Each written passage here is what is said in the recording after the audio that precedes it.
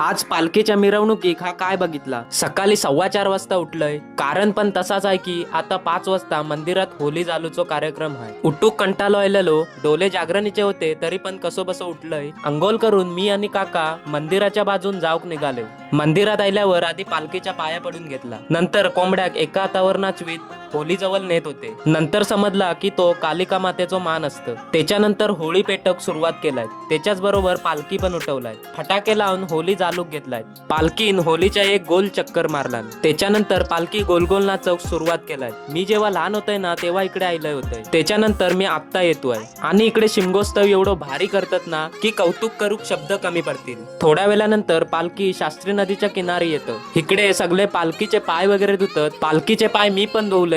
त्याच्यानंतर पालखी परत मंदिराजवळ आणतात. पालखी थोडी नाचवतात. त्याच्यानंतर इकडे बसतं. त्याच्यानंतर वरच्या ओळीचो कार्यक्रम संपतं. घराशी आयल्या मी झोपलोय. तो डायरेक्ट दुपारी जेव कुठलंय. त्याच्यानंतर संध्याकाळ झालेली आणि आज मिरवणूक बघूक आकांक्षादी आणि भाऊजी पण आलेले होते. पालखीच्या मिरवणुकीन अर्धो रस्तो गाठला तरी ह्यांची काय तयारी अजून होत नाही. पालखी आता मंदिरातनं बाहेर पडली आहे. ती आता डायरेक्ट सान्यावर जाऊन बसेल.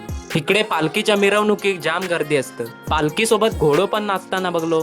पुढ्या बेंजो, मध्या ढोल आणि पाठीमाग्या पालखी अशी मिरवणूक जायत होती. रात्र झालेली आणि मी बेंजोवर नाचूक गेलोय. हे जे आभाळातल्यान फटाके फुटत होते त्या फटाक्यांनी पालखीच्या मिरवणुकीत 4 चांद लावलेले होते. त्याच्यानंतर पालखी सान्यावर बसली आणि मी घराशी आकांक्षादीच्या आणि भावजींच्या अॅनिव्हर्सरी बद्दल केक कापत होते.